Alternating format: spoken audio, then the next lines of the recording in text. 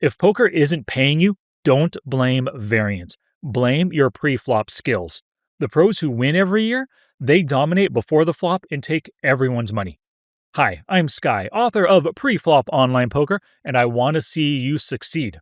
In this audiobook, I'm giving you the exact foundation winning players rely on every single day.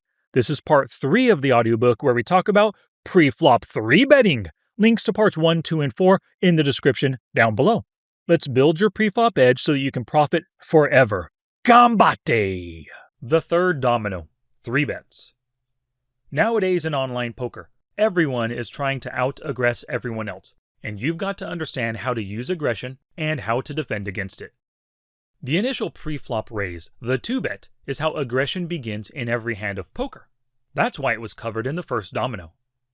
Some of those 2 bets are steals, intended to quickly take down the blinds, which we covered in the second domino. This domino covers the next most aggressive pre-flop play, the 3-bet. While planning this domino, I realized that there is a yin and a yang to 3-betting. The yin and yang symbolize 2 ideas that are seemingly opposites, but when put together, complete one whole entity. It occurred to me that there are 2 distinct yet interrelated aspects to 3-bets, making them and defending against them. You can't study making 3-bets without also studying how to defend against them. Another way to express this idea is that our studies into making 3-bets will inform our studies into defending against them, and vice versa. Going a little further with the yin and yang idea, 3-bets can be broken down into 2 competing parts, value 3-bets or bluff 3-bets.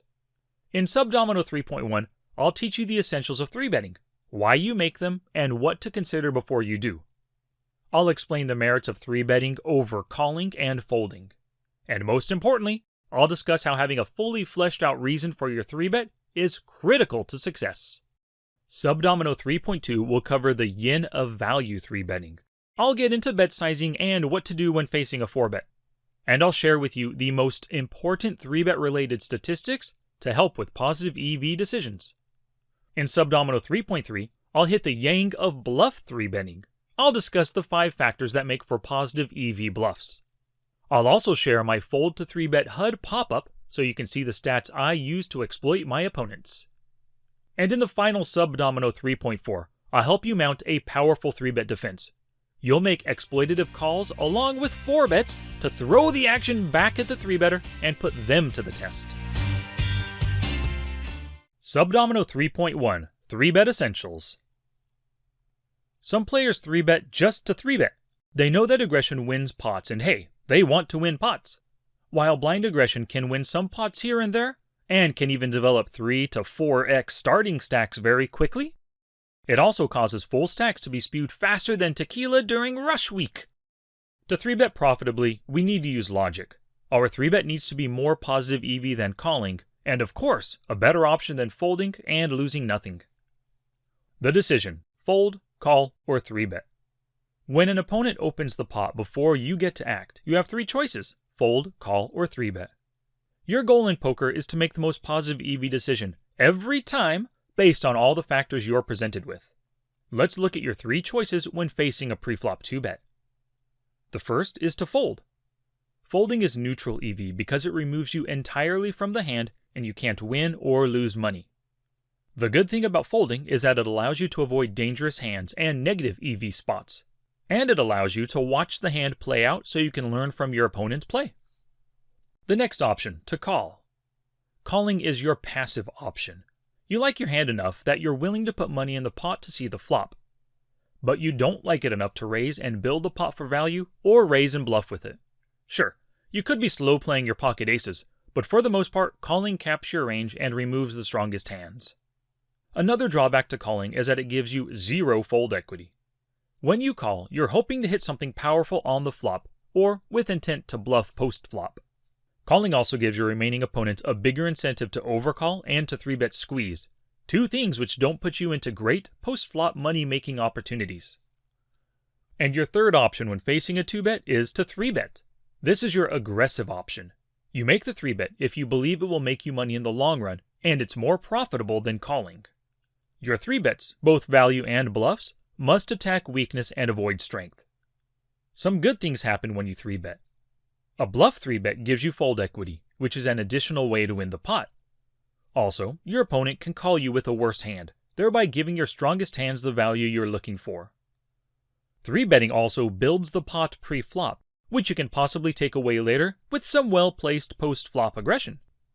3-betting also helps you develop an aggressive lag image, and your future value bets can be paid off more frequently by unbelieving opponents.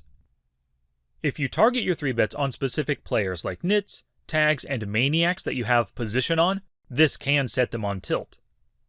And lastly, mixing in bluffs with your value 3-bets makes it harder for opponents to put you on a range, so it balances your play. But 3-betting can also lead to some potential issues. It can cause you to lose more chips due to the increased size of 3-bet pots. If an opponent calls your 3-bet in position, they're going to make the hand harder for you to play. And you lose any equity your hand has when you have to fold to a pre-flop 4-bet. The 3-bet squeeze. There's a special consideration for 3-bet squeezing. We have to contend with the original raiser and one caller, or possibly more. Because there are more players involved, we must be even more certain of what we're getting ourselves into. The original raiser might have a strong hand, but before they call or 4-bet, they have to contend with how the caller, or callers, along with the 3-better will react. If you're squeezing in position, then they must be concerned with going post-flop out of position versus potentially 2 or more players. This puts maximum pressure on the original raiser to fight back with a strong hand or ditch it entirely. When we consider the caller or callers involved, they've generally capped their range to mid-strength hands, as they probably would have 3-bet themselves with hands like queens or greater and ace-king. You'll therefore have a perceived card advantage over them, but that doesn't always matter. They called in the first place, which could make them sticky, as nobody likes to call pre-flop only to fold before the flop comes. The more loose passive the caller, the more likely they'll call your 3-bet regardless of how the original raiser responds. Here's an example scenario, a button squeeze opportunity. Villain 1, a tight aggressive reg, opens from MP2 with a raise first in of 20% and a fold to 3-bet of 64%. Villain 2, another tight aggressive, calls from the cutoff with a 2-bet call of 10% and a fold to 3-bet of 74%. Heroes on the button with 7-6 suited. Fold, call, or 3-bet bluff. Raise as a 3-bet bluff with the plan of folding to a 4-bet. After hero raises, Villain 1, with a wide opening range and a high fold to 3-bet stat, has to contend with an in-position 3-better and a caller. If Villain 1 chooses to call, then Villain 2 will likely call due to the great pot odds being offered. This means that Villain 1 has to potentially contend with 2 in-position players on the flop in a 3-bet pot. This scenario often squeezes the opener out of the pot and leaves the 3-better with the initial, weak-ranged caller. And because the caller's fold to 3-bet is at 74%, they're folding more than enough to make our 3-bet bluff profitable. Before you make any 3-bet squeeze, answer these 2 questions. How is the original raiser likely to react? And 2, given that reaction, how will the caller react? If you're squeeze bluffing from in position, you want to be reasonably sure that both players will fold 65% of the time or greater. If you're out of position, look for fold to 3-bet stats above 70%. When going for value, you're hoping that one or both will call or re-raise. Keep your value range nice and tight for these squeezes, as bloating the pot with pocket jacks when they're only continuing with queens or better is a bad move. Squeezing from the blinds looks very strong, but consider the fact that you're building the pot now from out of position versus 2 opponents. Definitely not a bread and butter situation, so you better be incredibly sure your value squeeze or bluff squeeze will have the desired effect. Know the purpose of your 3-bet, value, bluff, or isolation. Every preflop 3-bet must have a reason behind it. Are you going for value, bluffing, or isolating a weak opener? Never test the waters or see where you're at or 3-bet solely because the hand is in your 3-bet range. You're committing extra chips to this pot, and if you don't have a good reason, you're just spewing chips. Instead, have a specific goal in mind and look to achieve that goal through purposeful 3-betting. First, value 3-bets. 3-betting for value means we have a superior hand and we want action. They open the pot and the range they continue with isn't as strong as your hand. It's critical that you have an idea in your mind of the hands that your opponent can give you value with. Try to verbalize the weaker hands they can call or 4-bet you with. You might say something like, I have pocket queens, and they can call my 3-bet with pocket 10s through 8s. ace-queen through ace-10, maybe some weaker aces and suited connectors as well. They can potentially 4-bet with ace-king and pocket jacks, and I've seen them 4-bet bluff with ace-3 suited before. If the opponent folds, so be it. You've at least earned their pre-flop 2-bet chips. If they can call, you have the opportunity to win more money from post-flop action with the superior hand. Here's an example scenario, considering a value 3-bet. A loose aggressive villain in the cutoff opens to 3 big blinds. Villains raise, then fold to 3-bet is 54% in the cutoff, and their 4-bet is 12%. Heroes on the button with pocket jacks. The blinds are passive callers. What is Hero's best option? Fold, call, or 3-bet? 3-bet for value. The ranges I gave in Subdomino 1.4 list pocket jacks as a calling hand. But calling will give the blinds too good a price to come along, so you can expect to see a 4-way pot with pocket jacks. A bit dangerous to be certain. The lag villain doesn't like folding to 3-bets, so they call a lot, and they also have a wide 4-bet range. Your pocket jacks is a heavy favorite versus someone like this who continues way too often. 3-bet now to get max value from this lag villain, with the plan to get it in pre-flop if they 4-bet. Now bluff 3-bets. When 3-bet bluffing, we have a worse holding, and we want them to fold. We don't want action, and the best outcome is that they fold to the 3-bet, awarding us the pot then and there. Before 3-bet bluffing, we need to look for indications that they'll likely fold. We want to see wide open raising ranges and high fold to 3-bet stats. 3-bet bluffing when in position increases the likelihood that our opponent will fold, as most people don't like playing 3-bet pots from out of position. Don't make the most common 3-bet bluffing mistake, bluffing without preparing for a call or 4-bet. Before you click raise to 3-bet bluff, know exactly what you'll do if the opponent 4-bets, or how you'll approach the flop if they call. Here's an example scenario, considering a bluff 3-bet. A loose aggressive villain in the cutoff opens to 3 big blinds. Villains raise, then fold to 3-bet is 54% in the cutoff. Their in-position fold to 3-bet is 30%, and their 4-bet is 12%. The button and the small blind both fold. Hero is in the big blind with 10-9 suited, and is last to act. What is Hero's best option? Fold, call, or 3-bet? Call and go post-flop. This loose aggressive villain has a wide open raising range, and doesn't like to fold when in position versus 3-bets. Hero's 10-9 suited is a great hand to go post-flop with here, so Hero doesn't want to fold straight off.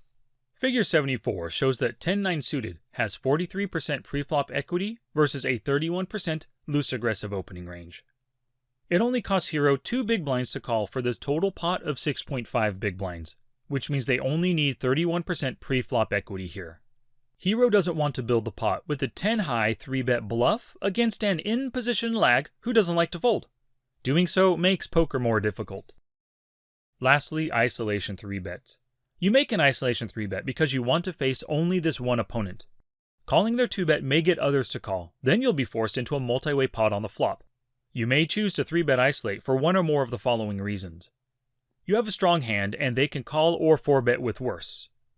You have a strong hand and want to avoid multi-way pots or getting squeezed with it, like pocket jacks or ace-queen suited. You might want to isolate because they can call too wide, but give up too easily post-flop. Maybe they make other post-flop mistakes and you know how to exploit them. Or you want to be a constant 3-betting thorn in their side because you see some financial benefit in this. Here's an example scenario, considering an isolation 3-bet. A tagfish villain opens to 3 big blinds in early position. Villains raise, then fold to 3-bet is only 48% from early position. Their out of position fold to 3-bet is 52%, and their 4-bet is only 1%. In 3-bet pots, villains fold to c-bet out of position is a whopping 77%. It folds to the hero on the button with pocket nines. The small blind is a tight aggressive with a squeeze at 7%, and the big blind is a loose aggressive with a squeeze at 9%. What is Hero's best option? Fold, call, or 3-bet? 3-bet isolate the tagfish open raiser. Pocket nines from the button is normally an easy call, but with 2 squeezy blinds behind, as well as a post-flop foldy villain, Hero would love to isolate here with a 3x 3-bet. Villain calls a lot of 3-bets pre-flop from out of position, and they fold a ton on the flop. Here are the possible ways this hand can play out when Hero 3-bets and the blinds fold. The first, villain folds, which has a 48% chance. hero adds 4.5 big blinds to their stack. Next, villain 4-bets 1% of the time, and hero folds knowing they've got pocket aces or pocket kings. Hero loses 9 big blinds. Next, villain calls about 50% of the time. When this happens, hero could hit a strong flop and bet for value. Villain continues and hero earns a big pot. Or possibly, hero hits a strong flop and bets for value. Villain folds and hero adds 10.5 big blinds to their stack. Or, hero hits nothing and bluffs. Villain folds 77% of the time and hero adds 10.5 big blinds to their stack. And lastly, hero hits nothing and villain calls the bluff 23% of the time. Hero gives up the rest of the hand and only loses 19 big blinds total. With these potential outcomes, hero is much better off 3-bet isolating versus folding or calling. The 4 considerations before 3-betting. There are 4 important considerations we must take into account before clicking raise and making the 3-bet. Actually, we consider these things before every decision, but they're even more important in 3-bet pots. The first consideration is your hand. Your hand matters when 3-betting. There may be times when 3-betting any 2 cards is profitable, but with the rampant aggression in today's games, 3-bets get called with much more frequency than ever before. Utilize the 3-bet ranges I gave you within Subdomino 1.4 and the KISS Cash Game Ranges PDF. The value parts of these ranges are built specifically to take advantage of weak openers who continue with ranges that are just too wide and hard to make profitable. The bluffing ranges fall outside of the positive EV calling ranges, and they contain ace blockers and suited connectors. In case your 3-bet bluff gets called, these bluffing hands have good post-flop playability and can turn into something extremely valuable on the right boards. There may be times when you decide to stray from the ranges I gave you. That's completely fine by me, as long as you determine that your wider value 3-bet range, or the wider bluff 3-bet range, is positive EV. The second consideration before 3-betting, the open raiser. Use HUD stats and history with your opponent, like notes and prior showdown hands, to help you gauge how they'll respond to a 3-bet. You want to have a reasonable assumption they'll react in your favor. Before you click raise, verbalize the parts of their range they can defend with. For example, Sam 123 calls very wide with suited connectors, every pair and every ace, so my pocket jacks is getting lots of value from those hands other than pocket jacks and queens. He only 4-bets with aces and kings, so I'll fold if that happens. If you're going for value, you want to see a large preflop raise along with a low fold to 3-bet. This means they open raise wide and call 3-bets wide. You also want to see prior showdown 3-bet calling hands like Queen 10 suited and Ace 4 offsuit. You want to see fit or fold on the flop play. For example, a low C-bet and a high fold to C-bet stat. Or you want to see calling station tendencies so you can extract tons of value. If you're bluffing and want folds, it's great to see things like a high PFR along with a high raise then fold to 3-bet stat. You also want to see a low 4-bet at below 10% so that getting rebluffed isn't much of a concern. You also want to see positional awareness so they're more likely to fold when out of position. And you want to see that when they open from a steal position, they open with wider and weaker ranges that are more willing to fold. If you're isolating the opener with a 3-bet, you want to see a low 4-bet percentage. You also want to see post-flop weaknesses that you can take advantage of. The third consideration before 3-betting, your position and any players yet to act. As always, position is king. When you 3-bet in position, you're more likely to gain the fold you're looking for, the value you're looking for, and it makes post-flop play so much easier. 3-betting from out of position is gifting your opponent with a post-flop positional advantage, so be darn sure that your opponent is going to respond as you'd like them to. The later your position, the better, so there are less players your 3-bet needs to get through. For those yet to act, how do you expect them to react to your 3-bet? Loose passive whales are capable of cold calling the 3-bet with a wide range of strong and pretty hands like pocket 8, ace king, jack 9 suited, and king 10 suited. Nits, tagfish, and tags are likely to fold all but the tops of their ranges. Lags can come in for a cold 4-bet bluff if they read you for weakness, or just call to play against your 3-bet range in position. Maniacs can call or cold 4-bet, making things difficult on you if you're bluffing. And lastly, if there were one or more limpers before the 2-bet, consider how they will react to your 3-bet. Visualize how the rest of the preflop stage and the post-flop streets might play out before you click raise. How likely will the remaining players call or re-raise you? What will you do if everyone folds and the original open raiser 4-bets? How will you approach the flop if the button and the original raiser both call? If the remaining players are likely to make things difficult after your 3-bet, consider either calling or 3-betting on the larger side. If you know it'll take bigger bet sizing to gain your desired goals, then you must pull the trigger and do so. And the fourth consideration before making a 3-bet, the stack to pot ratio, or SPR. It's crucial to understand that 3-betting situations make for bigger pots, and bigger pots make for smaller SPR. This is the ratio, once again, of the effective stack size in relation to the size of the pot on the flop. The lower the SPR, the more committed players are. Normally, players begin feeling committed at a stack to pot ratio of 4-to-1 or less. This is like a $5 pot with $20 behind. Winning this pot would add 25% to the player's stack, so they're less likely to fold top pair hands, second pair hands, and good draws, like flush draws and open-ended straight draws. But at much higher SPR situations, like 10-to-1, players feel less committed, and they can find a reason to fold because they're so much more at risk than what's currently in the pot. Here are two stack-to-pot ratio examples. First, a 2-bet heads-up pot. The button raises to 3 big blinds, the small blind calls, and the big blind folds. The pot on the flop is 7 big blinds. At 100 big blind starting stacks, SPR is 97-7, or about 14-to-1. At such a high ratio, neither player will feel committed to this pot just yet. If one player started with 100 big blinds and the other player started with 60, the effective stack for SPR math is 60 big blinds, because this is the most that both players can play for. The SPR here would be 57-7, or about 8-to-1. The shorter stacked player may be slightly more pot committed here and less likely to fold top pair hands and good draws. Now for 3-bet heads-up pot example.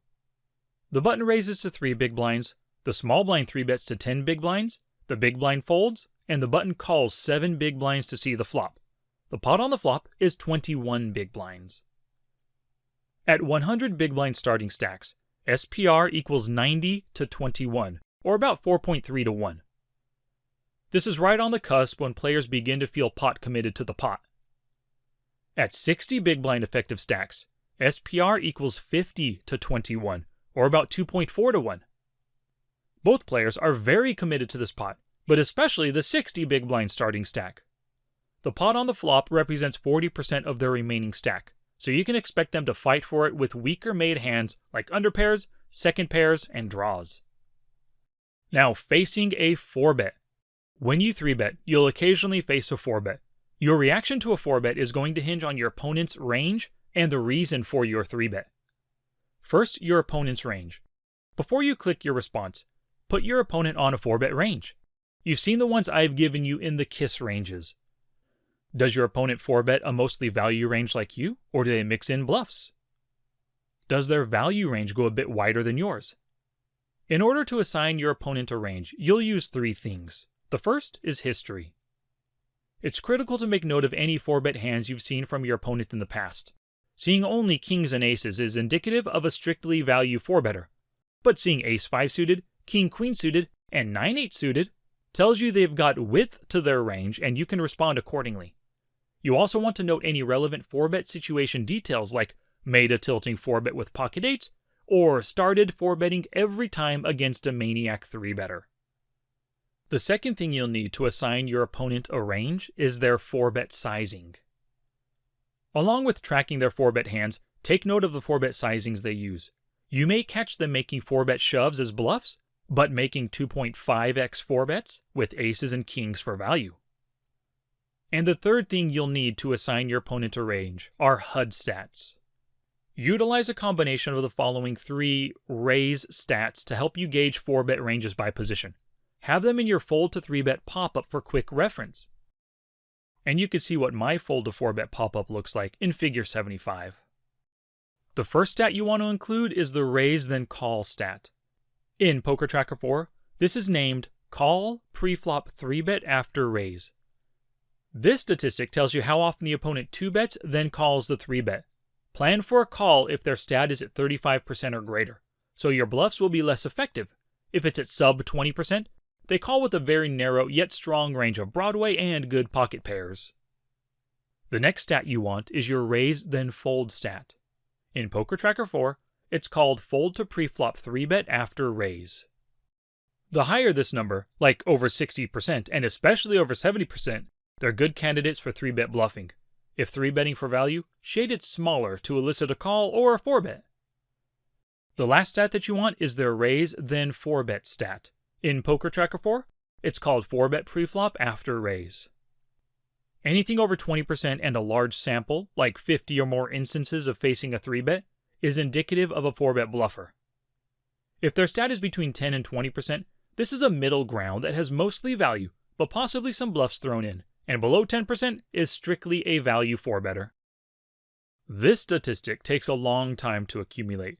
It's not uncommon to have 1,000 hands on an opponent, but see only 2 instances of making a 4-bet. Without a big history, treat their 4-bet as a value 4-bet by default and proceed from there. Now that you know the range of hands your opponent is on, your decision will encompass the reason for your 3-bet: bluff, isolation, or value. If your 3-bet was for isolation, or as a bluff, then most of the time you're better off folding to the 4-bet. You were hoping for a fold or just a call to go post-flop with a weaker player. They're telling you they've got the goods, so just get out of there and fold your bluff. If you 3-bet for value, it's a different story. First, before raising for value, know what you'll do against the 4-bet. If you know your opponent will only 4-bet with a better hand, like you have pocket queens and they only 4-bet with kings or aces, then it's an easy fold. You're getting away from the hand when you know you're beat, so it's only costing you the size of your 3-bet. But if your opponent is capable of 4-betting with worse value hands, or as a bluff, then you have to determine the most positive EV course of action. If they can 4-bet with worse value hands like pocket jacks or 10s or ace-king when you hold pocket queens, pay attention to their sizing and utilize your history with them to make your decision. Bigger bets can mean either going for extra value or trying harder to bluff. Smaller bets are cheaper bluffs or hoping that you'll come over the top with a 5-bet. You'll have to use your judgment here and fold when you know you're beat. You can also call to keep their weaker hands in and assess your next move once the flop hits. This also has the benefit of potentially saving you money when they have pocket aces or kings. Or you can use your judgment and 5-bet shove if they can call with worse hands. Lastly, if they can 4-bet bluff with non-value hands, you can call to keep their bluffs in and hope they compound their mistake with further post-flop bluffing. Or you can make a small 5-bet to try and elicit a 6-bet bluff shove. Statistics to track this week. Make sure to track your 3-bet preflop as a total and by position. You also want to record your win rate when you 3-bet preflop and your win rate when you 3-bet preflop and saw the flop. You also want to record your raise then fold to 3-bet as a total and by position. Record your 3-bet then fold to 4-bet as a total and by position. Also track your 3-bet then call the 4-bet as a total and by position. And record your win rate when you called the 4-bet. Play with purpose number 1. In 4 focus sessions this week of 1 to 2 tables, examine each opportunity to 3-bet and make the 3-bet every time you feel it's positive EV to do so. Use a tick sheet to track the reason for each of your 3-bets, value, bluff, or isolation. Take into account each of the 3-bet considerations mentioned above, and then make your decision. Don't auto-fold 7-deuce offsuit, but instead, consider how likely a 3-bet bluff will work to award you the pot, then make your decision. Don't auto 3-bet pocket queens either. Calling might be a more profitable play, so at least consider it. Tag every hand where you made the 3-bet. And play with purpose number 2. This is a fun session. Drop down in stakes and 3-bet at every opportunity. Size them sensibly, like 3x in position and 4x out of position, and pay attention to how your opponents respond. The maniacs, lags, and tags may start 4-betting you a ton. The whales and tagfish will call a lot. Look for players who tighten their pre-flop range for fear of your 3-bets. The ones who tighten up are the better ones who are capable of adjusting to their opponents. Respond to any 4-bets and calls appropriately, and make the most positive EV decisions both pre- and post-flop after you 3-bet. Study with purpose number 1. Spend 1 session reviewing old 3-bet hands of questionable strength. In PokerTracker 4, You can use the Hold'em Hand Range Visualizer report on the Statistics tab, and Hold'em Manager 2 has something similar. You can see what this looks like in Figure 76 on the Images page. Select the Preflop 3-bet percentage option in the Heat Map Statistics section. Look at the resulting hands and select ones that seem weak to you. Review the hands and determine if your 3-bet was a positive EV one. Make sure you take into account all 4 of the considerations discussed within this chapter, not just hand strength. If you find any mistakes made, take note of them and resolve to not make these same mistakes again. Study with purpose number 2. Review each of your 3-betting hands from the focus sessions you play this week, so make sure you're tagging each as you play. Analyze these hands like you are the coach checking out your students' 3-bet hands. What range is the open raiser on, and what hands will they call or 4-bet with? After considering the opponent's range, is your student making good 3-bets? Are they getting great value when 3-betting? Are they successfully isolating weak openers? Practice coaching yourself by catching your own mistakes and preparing for better future play sessions. And study with purpose number 3. In the second Study with Purpose task in Subdomino 1.1, I told you how to create an all players report in your poker tracking software. Create a new one now called Good Aggressive 3-Betters. Add the stats big blind per 100 hands, 3-bet preflop, and 3-bet steal. Add the following expression filters to this report. Hands played greater than 1,000, big blind per 100 hands greater than 3, and 3-bet preflop greater than 6. Choose 5 opponents on this list to review in the Statistics tab one at a time. Your goal is to understand the ranges they 3-bet with from various positions. Look through their 3-bet hands and pay particular attention to showdown hands. Take note of the sizings they use and the opponents they're 3-betting against. Use their 3-bet and 3-bet steal percentages by position and assign them a range with Flopzilla. Take notes on your discoveries so you'll have more information the next time you're at the table with them. Subdomino 3.2 Value 3-Bets.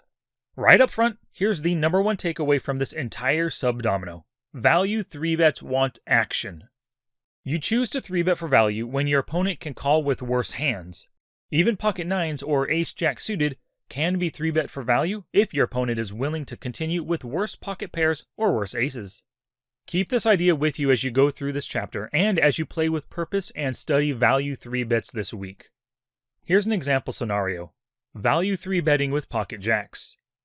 A loose aggressive villain opens in the cutoff with a fold to 3-bet of 55% and a 4-bet of 11%. It's folded to hero in the big blind with pocket jacks. Hero has these auto-generated notes in villain's HUD note editor.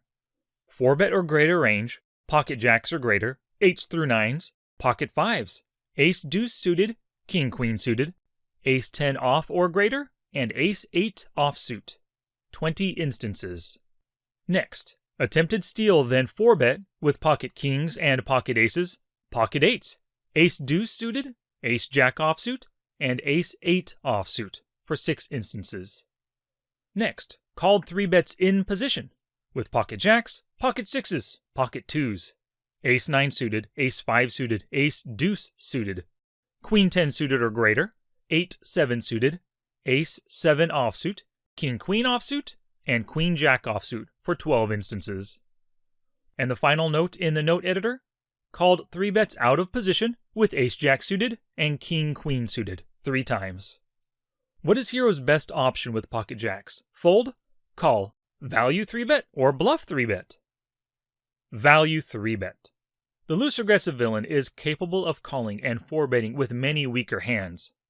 Plus, its possible villain can just fold versus a 3-bet from the steal position, which will net Hero a nice 3.5 big blind profit, and Hero doesn't even have to contend with out-of-position post-flop play. Value 3-bets. You've gone through the 4 considerations outlined in the prior subdomino, and you've determined this is a great opportunity to value 3-bet. You want to get the most value from this opponent, so there are a few things to keep in mind before you click that raise button. 3-bet sizing. I recommend using a standard 3x sizing of 3x for in-position play and 3.5 to 4x for out-of-position play. Choose one sizing and keep it consistent between your value and bluff 3-bets. Keeping your sizing consistent makes it harder for opponents to read into the reason for your bet. Good players with HUDs may go through your 3-bet hands and they might find sizing tells, like in position, 2.5x for bluffs, and 3x or greater for value. Or maybe out of position, 3x for bluffs, but 4x for value. Telegraphing your hand strength with bet sizing is terrible in 3-bet pots. You make it extremely easy for perceptive opponents to fold when you tell them you've got the goods. And it's also easy for them to 4-bet re-bluff when they know you're full of it. But there are times when you can increase or decrease your sizing to get extra value. Here are 3 reasons to increase your sizing. Number 1, the opener will call bigger bets with worse hands. The fishiest of players don't pay attention to bet sizing. If they have a hand worth calling 3x, they'll call 4x or 5x as well. Versus your weakest, stationy opponents, try to get as much value as possible. Reason number 2, you want to isolate the raiser. Sometimes there are many players yet to act, or limpers and callers, who will call your standard 3-bet sizing with a wide range. If you want to just tackle the raiser, increase your sizing to get the fold you're looking for from the other players. And reason number 3 to increase your sizing, charge your 3-bet callers for their post-flop positional advantage. Some players rarely fold to 3-bets when in position. Just look at their fold to 3-bet stat by position for this. Get more pre-flop value out of them by using their in-position propensity to call against them. And there are 2 reasons to decrease your sizing. Number 1, tight raisers are more likely to fold. They won't call 3x 3-bets with worse hands, so size it smaller to entice the call. Just beware that this may convince others to call your smaller sizing. And reason number 2 to decrease your sizing? You want a 4-bet bluff from the maniac or the loose aggressive player yet to act. You know they're capable of 4-betting light when they smell weakness, so cook up a delicious 3-bet meal they can't resist. I 3-bet for value, they 4-bet, now what? The simple and unsatisfying answer is, it depends. You made the value 3-bet knowing they can call with worse. Well, they chose the aggressive route instead and re-raised you. What hands are they capable of doing this with? Did you consider this before you clicked raise? You must always plan for your opponent to 4-bet before you make the value 3-bet. Now that they've made it, what do you think it means? Their history, prior showdown hands, and 4-bet sizing will clue you into why they're making it. If they're capable of 4-betting with worse hands, maybe they know you're capable of 3-bet bluffing for instance, then re-raise to get it in. Do they think you only 3-bet for value? If so, they are likely not bluffing you. But if they're the type of player to fold quickly to 3-bets, then their 4-bet must be respective and can probably be kings or aces. React appropriately. I 3-bet for value, they called. Now what? All great poker players visualize further action on future streets before they act. Look before you leap is a vital concept in poker. Visualizing post-flop play in 3-bet pots means you're thinking about your opponent's range, their post-flop tendencies, and the possible flops that can come. You'll use all of this to either go for additional post-flop value, to pot control when value seems scarce, or to ditch when it's apparent you're beat. Assign a 3-bet calling range. You must assign them a 3-bet calling range. With this information, you can gauge how well they hit the board. Their range, paired with how they play in post-flop pots, will help you make positive EV decisions. Here's an example scenario. A 3-bet pot with pocket aces on a 9-8-7 monotone board. A loose aggressive 25-20 villain opens to 3 big blinds in the middle position. Their raise first in the MP is 22%, and their raise then call stat is 13% over 24 instances, which is 3 out of 24. It's folded to hero on the button with ace of diamonds, ace of hearts. Hero value bets to 9 big blinds. It's folded to villain, who calls. The flop comes 10 of spades, 9 of spades, 8 of spades, and is checked by the villain. How well does villain's 3-bet calling range hit this flop? Villain's range hits incredibly well. This is just about as bad as a flop can get for hero's pocket aces. We can put villain on a small 38 combo 3-bet calling range of pocket jacks through 8s, ace-queen, and king-queen suited. I came up with this range through a simple 3-step process we do off the felt. Step 1. Know their open raising range. Villain's raise first in is 22%, which equates to 290 combos. Step 2.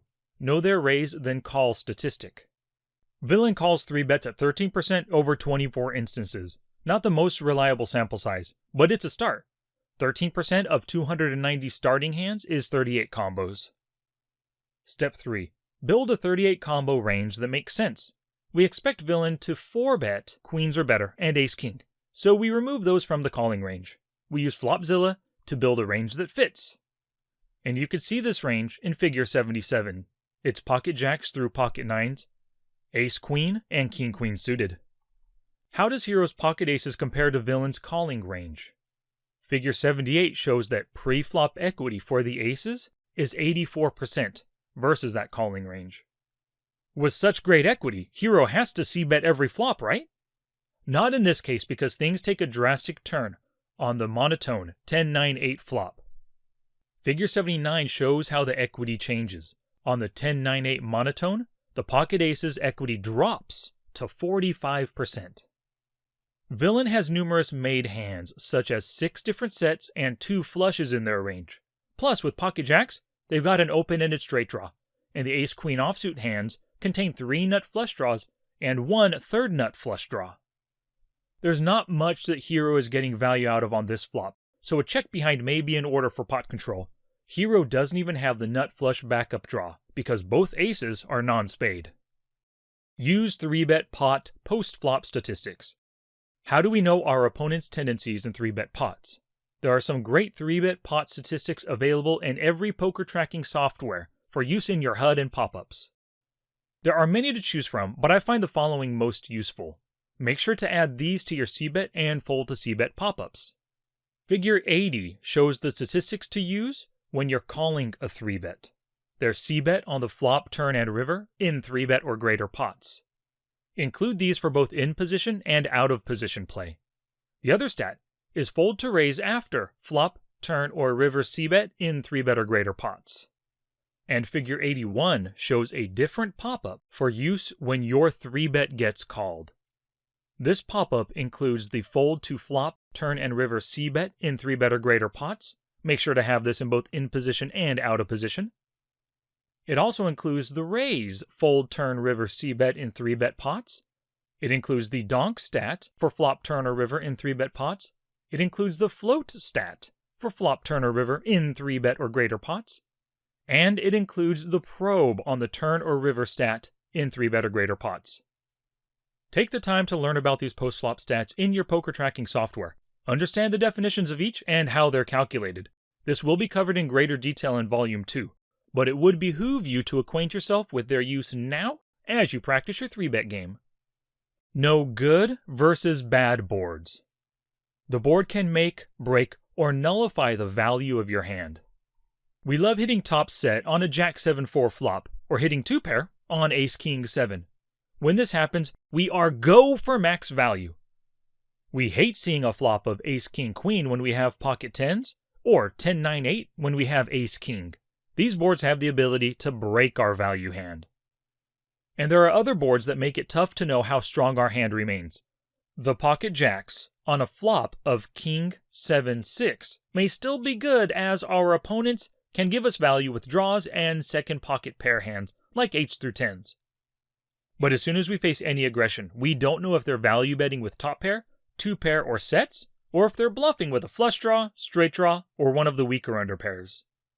You must consider the board cards, the type of player you're up against, and how they approach post-flop play.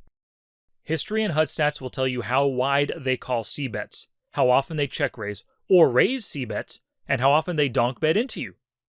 Make sure you utilize all those stats I shared with you in the prior section. Flopzilla and board understanding.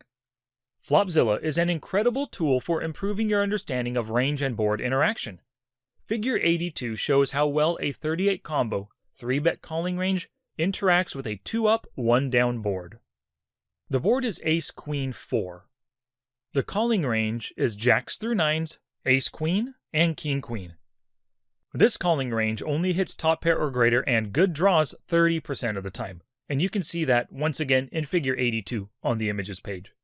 Holding pocket jacks on this board against this range may seem scary at first, but when you consider they have no good draws in their range and no top pair hands, because they would have 4-bet Ace-King and folded Ace-Jack and all other aces, it's not such a bad spot to be in. You can choose to pot control here and check behind, but then you're telling your opponent the ace and the queen scares you. Instead, make the c-bet, and if they fold, great, you took down a 20 big blind pot. If they call, assess the turn and take it from there. If they raise and they are not an overly bluffy person, you can fold safely knowing your third pair is beat. Contrast the prior ace-queen-4 board with the next low and wet board, as you can see in figure 83. The low and wet board is 7-5-4 with 2 clubs. What a difference! The 7-5-4 two-tone board does not block any of the good hands in our opponent's range, so all 38 combos remain.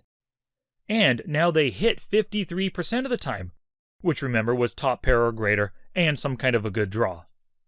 This means your c-bets are much less likely to get them to fold, and their call or raise can mean a strong overpair of 9s through jacks, overcard draws that can beat your hand, or flush draws that would love to stay in and hit. You need to proceed very carefully here. A flop c-bet is in order, but just because you're likely good on the flop doesn't mean it will remain that way.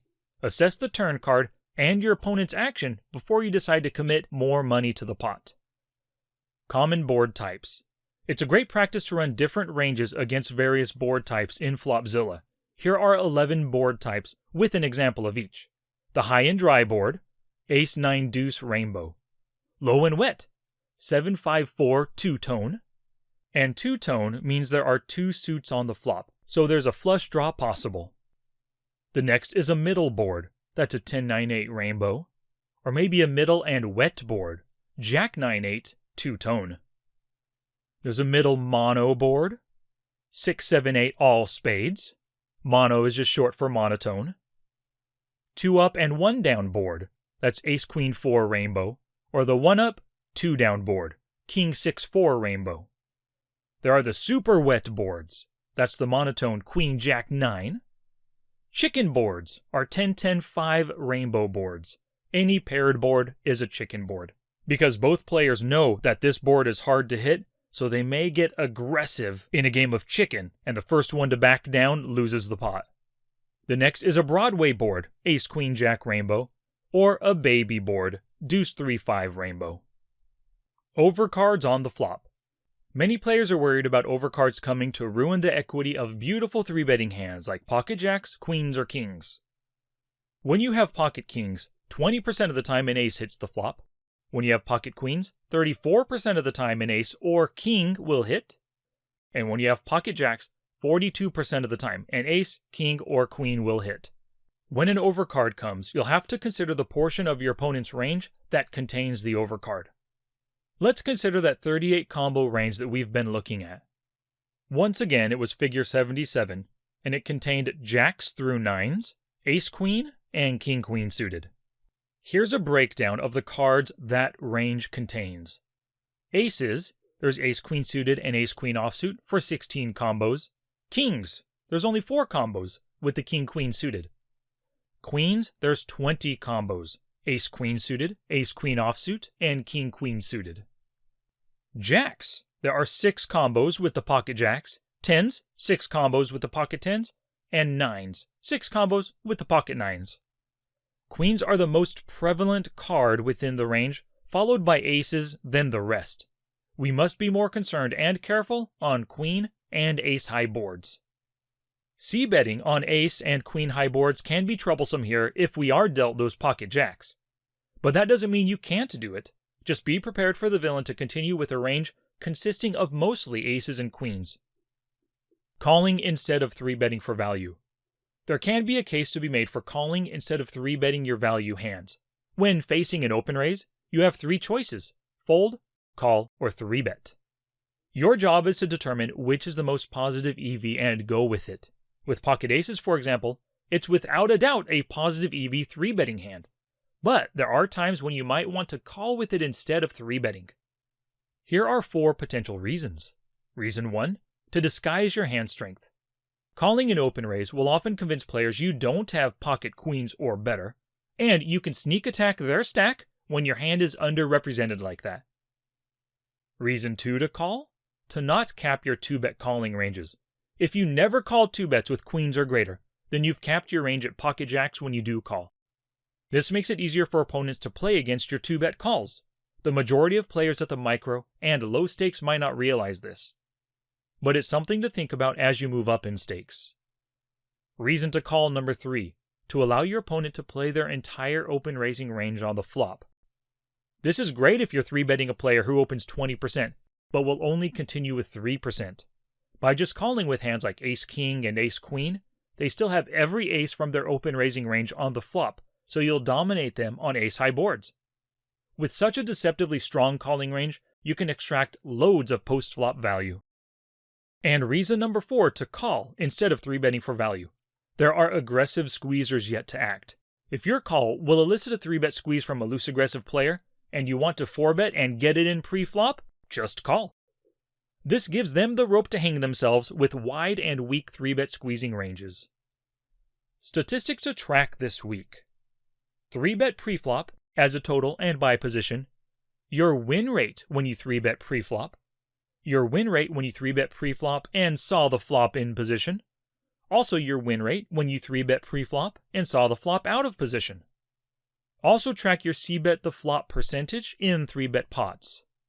You want to track this both in position and out of position, along with your win rate in position and your win rate when out of position. Play with purpose number 1. In every 3-bet pot you play this week, practice using the 3-bet pot stats you added to your pop-ups from study with purpose number 3 that I'll get to in just a little bit. Play with purpose number 2. This week's sticky note. What range can my opponent call my value 3-bet with? Answer this question before you click raise pre-flop to begin preparing for post-flop play in case the opponent calls. Study with purpose number 1. Review your database for 3-bet hands with pocket queens, kings, and aces. How well do you perform with these? What were your biggest losing hands, and could you have gotten away from them at some point, whether pre-flop or post-flop? Do you overcommit with an overpair on a dangerous board, or were you justified in all of your bets and raises? Study with purpose number 2. Filter through your entire database for your 3-betting hands, both in position and out of position post-flop. Look at how your win rates differ between the two. You're better able to extract value in 3-bet pots with position on the flop, and you're better able to get away from dangerous situations as well. Review 20 of your biggest losing hands in position, then 20 hands out of position. Track your mistakes and the number of times you made each. Write these mistakes in your poker journal and focus on not repeating them again. Study with purpose number 3. Add the 7 3-bet pot post-flop statistics to your pop-ups that were discussed in this chapter.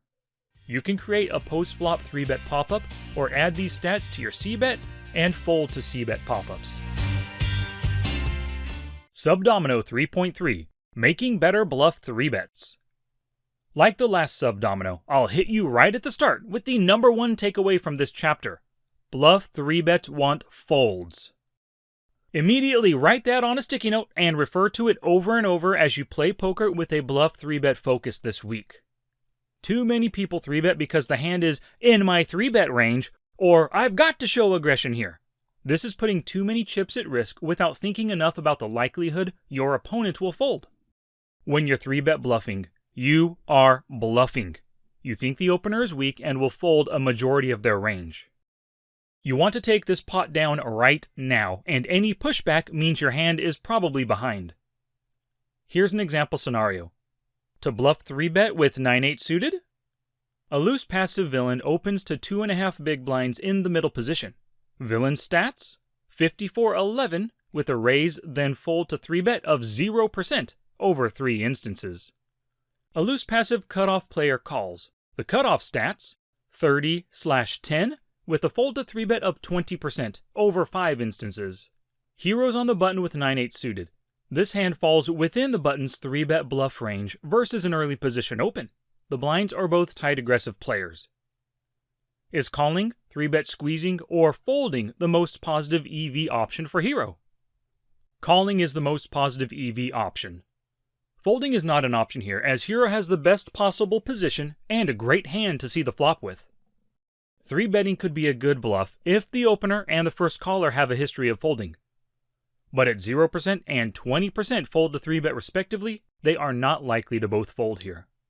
3-betting as an isolation could be considered as well, but because the opener is likely to call, this will give the first caller great odds to overcall, making it unlikely hero will isolate either one. Plus, 9-8 suited isn't a hand you want to build the pot with until after flopping a strong made hand or draw. Given all of this, calling is the best option. With 9-8 suited, we're happy to see the flop in position, and this hand plays very well in multi-way pots. The 5 factors of good 3-bet bluffs. When facing a raise, you can fold, call, or re-raise.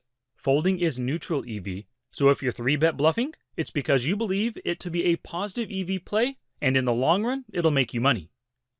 What can convince you that 3-bet bluffing 9 big blinds or more is worth the risk, when you could just fold instead and lose 0 big blinds?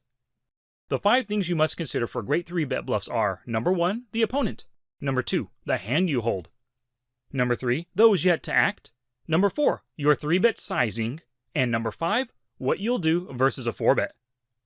I'll hit each of these individually. Number 1, the opponent. Your opponent is the first factor in deciding whether or not to bluff 3-bet. Ask yourself these questions. What is villain's open raising range? How will villain likely respond? What range does villain continue with? Does villain have any post-flop weaknesses? Giving critical thought to these questions will lead to much better 3-bet bluffs. Figure 84 on the images page shows my raise first in and fold to 3-bet pop-up from my Smart HUD for PokerTracker 4. It contains all the necessary statistics to gauge the player's tendency when facing a 3-bet. Copy this pop-up for your own use in exploiting your opponents. Here's another example scenario. 3-bet bluff with 8-7 suited? It's folded to a mega loose aggressive villain in the cutoff who opens to 3 big blinds. Their stats? 65-29 over 126 hands, with a raise then fold to 3-bet of 23%, which is 3 out of 13 instances. Their raise then 4-bet stat is 8%, which is 1 out of 13. Villain has gone to showdown after calling 3-bets with King Deuce suited and Jack Deuce suited. In 3-bet or greater pots, villain's fold to flop c-bet is 22%, 2 out of 9, and fold to turn c-bet is 67%, 4 out of 6. It's folded to hero in the small blind holding 8-7 suited. This hand falls within hero's 3-bet bluffing range. The big blind is a tight aggressive and will likely fold if hero 3-bets, but might call if hero calls. Is this a good opportunity to 3-bet bluff? Absolutely not. Calling is the best play here, followed by folding. Let's consider the merits of 3-bet bluffing in this scenario by answering the 4 questions above. Number 1. What is villain's open raising range? At 65-29, villain's range is a very wide 35% in the cutoff. And you can see this as figure 85 on the images page. Against this wide range, hero's 8-7 suited has 40.5% preflop equity, which is good enough to call the 3 big blind open raise. Normally, 3-bet bluffing versus wide ranges is profitable because the opponent has so many hands they're willing to fold. But against this villain, question 2, how will villain likely respond? This is where things get ugly. Villain has a 36% gap between VPIP and PFR. Remember, it was 65 and 29, which means that villain has a propensity to call. Couple this with the tiny 23% raise then fold to 3-bet stat, and this means that villain calls or 4-bets 77% of the time. It looks like hero's 3-bet bluff has very little chance of taking this pot down pre-flop. Here's what we know so far. Villain loves calling to see flops. Villain hates folding to 3-bets. Villain has position. A 3-bet bluff isn't looking like a good option right now. But, now for question 3. What range does villain continue with? Villain will be calling with a large portion of their opening range. We can assume villain will 4-bet with queens or greater, so those are out of the calling range. Ace-king and pocket jacks are on the cusp, so we'll include those in the calling range, even though they may occasionally be 4-bet. We can assume that this player will call with every other pocket pair, every ace, all suited broadways and better offsuit broadways, all suited kings along with suited connectors and suited gappers. And figure 87 on the images page shows this gigantic 352 combo 3-bet calling range. Villain loves calling and has position, so this range is reasonable, although far wider than you or I would call. Against this range, hero's 8-7 suited has 40.8% equity, and you can see this in figure 88. Equity went up from 40.5% to 40.8%, not a great improvement. While Hero probably has a skill advantage here, there is a lack of both card advantage and positional advantage. This isn't a bread and butter situation to be in, but can Hero still turn this into a positive EV 3-bet bluffing opportunity? Now for the fourth question. Does Villain have any post-flop weaknesses? Unless Hero hits Gin on the flop, this hand will require 2 streets of post-flop bluffing to win. With a fold to flop c-bet of only 22%, firing one barrel won't likely work. The required double barrel bluff will be very costly for Hero in this 3-bet pot. 3-betting to 3.5x preflop will make for a 10.5 big blind 3-bet. The pot on the flop will be 22 big blinds after the big blind folds. C-betting 1/2 pot on the flop will cost 11 big blinds, making for a turn pot of 44 big blinds. Double barreling effectively here needs to be at least 22 big blinds, but maybe 25 to 30 big blinds to sell a convincing going for value story on Hero's part. Altogether, Hero's risking between 46 and 52 big blinds to pull off this double barrel bluff. A call is much more positive EV than a 3-bet bluff here. With either calling or 3-bet bluffing, Hero can expect to go post-flop against this villain, and with 8-7 suited, Hero's better off doing so with a smaller pot to fight for. The second factor in making good 3-bet bluffs, the hand you hold. It's important that when you begin working on your 3-bet game, either tightening up from being a 3-betting lag or loosening up from being a 3-bet nit, use the 3-bet bluff ranges from Subdomino 1.4. These ranges were created with the open raising ranges in mind and are intended to keep you out of too much trouble while simultaneously taking advantage of wide open raising ranges. The 3-bet bluff ranges contain many suited aces and suited connectors. There are 3 great reasons why we choose hands like Ace-5 suited and 8-7 suited as our 3-bet bluffing hands. Reason 1 is blocking power. Ace blockers, like the baby suited aces, limit the number of strong hands Villain can have. If they are continuing with pocket aces, Ace-King and Ace-Queen, having an ace yourself takes them from 38 combos down to 27 combos of these ace-containing hands, which is almost a 25% decrease. The second reason is board coverage. A value-heavy range of queens or greater and Ace-King cannot hit better than an overpair on baby boards like 6-5-3 Rainbow, or middle card boards like Jack-9-8 Rainbow. On two-tone boards like Jack of Spades, 8 of Spades, 2 of Clubs, you barely have any flush draw potential. And on connected boards like 9-8-6, you can't flop any 2-pair hands nor straight draws. But hands like Ace-4 suited, 9-8 suited, and 7-6 suited can hit these boards with strong hands and draws.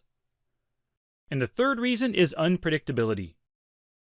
Having these bluffing hands in your range helps to keep your opponents guessing.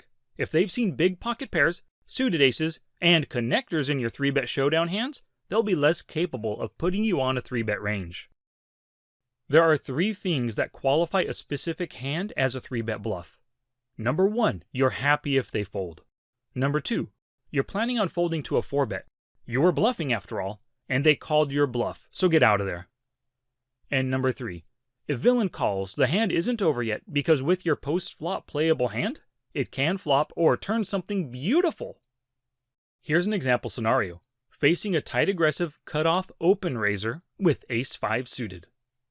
A tag Villain in the cutoff open raises to 3 big blinds. The Villain stats over 379 hands are 21-16, a raise first in the cutoff of 26%, a raise then fold to 3-bet stat of 58%, and a raise then 4-bet of 6%.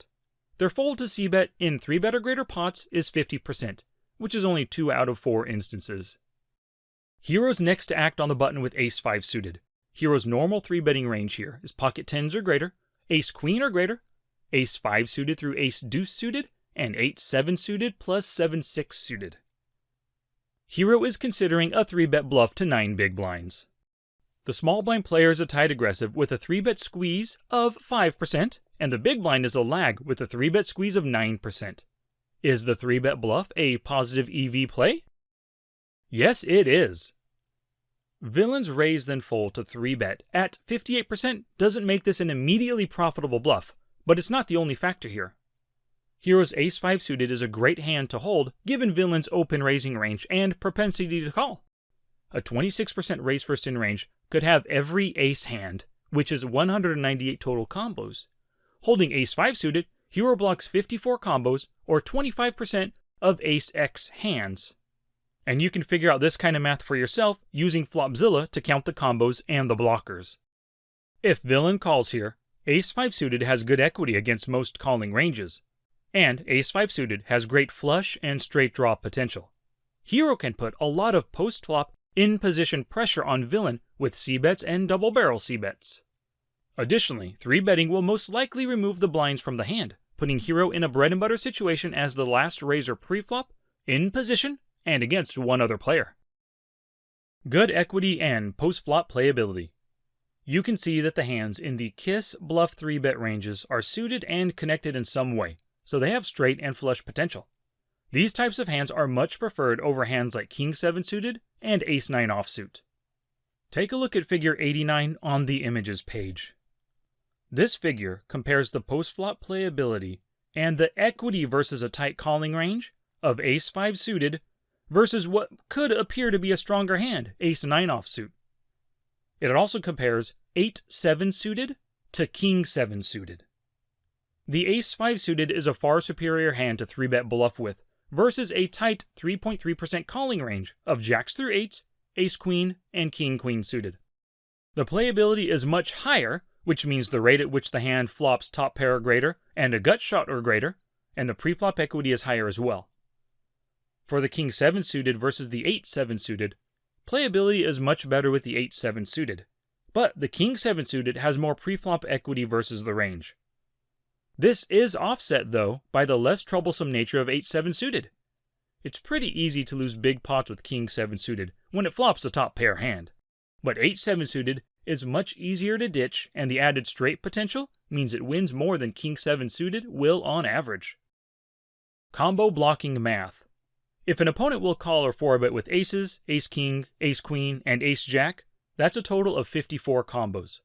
If you 3-bet with 8-7 suited, you block none of those strong hands, and your 3-bet bluff is less likely to work. But if you hold ace-5 suited, that blocks 15 combos, and now your opponent only has 39 possible combos of pocket aces, ace-king, ace-queen, and ace-jack. That's a whopping 30% decrease in strong hands that can continue versus the 3-bet. Ace blockers increase your chances of getting the folds you want when 3-bet bluffing. The third factor of good 3-bet bluffs, those yet to act. When 3-bet bluffing, you're not just doing it versus the opening player. You're also 3-betting the players yet to act. They can choose to fold, great. They can call, uh-oh, or make the dreaded 4-bet, gosh darn it. There's one question to ask yourself regarding the players yet to act. How will they respond? By answering this for each remaining player before you 3-bet, you won't be surprised or throw up in your mouth after what happens next. You'll simply respond accordingly. The cutoff tight aggressive, who is fit or fold post-flop, just calls. Well, you'll play the flop out of position accordingly, whether you hit it or miss it. The small blind nit 4-bet shoves on you. Well, it's pocket aces or kings, so you ditch the hand. No sweat, your bluff just didn't work. A big blind whale just calls as he does in almost every hand. So, you'll go for straight value post-flop, otherwise you'll save your post-flop bluffing chips for someone who can find the fold button.